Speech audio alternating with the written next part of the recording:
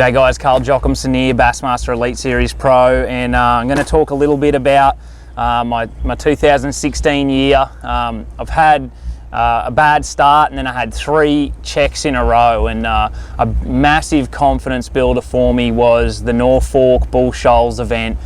And this year, it's my first year with Molix lures. The guys have been great, and they got some of their best baits in my hands and said, just use them and let us know what you think. And you know, the best one so far when I saw it swim was the Molix Sculpo.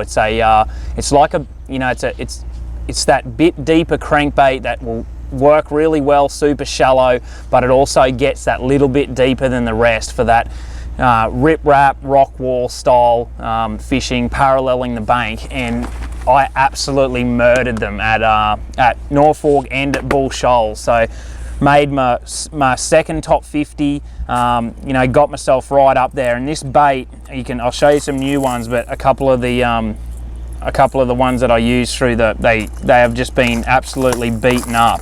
And I've changed the hooks over on a couple of them for my tournament ones, but there's a couple things that I like to do, but these ones have just been absolutely beat to death. And the biggest thing that you'll see with this with the Sculpo is it is the #1 hunting lure I've ever seen. This thing hunts.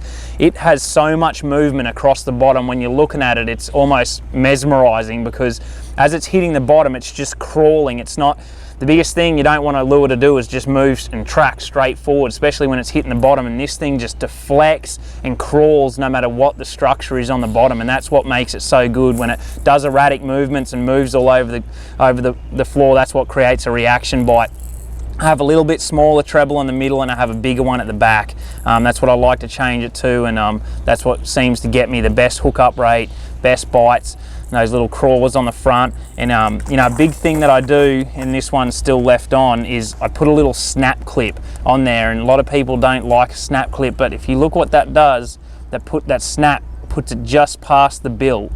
So when you're crawling across rocks and stuff all the time, this becomes rough, it becomes sharp, and it starts rubbing against your line. And I'm using 10-pound fluorocarbon when I'm throwing this bait.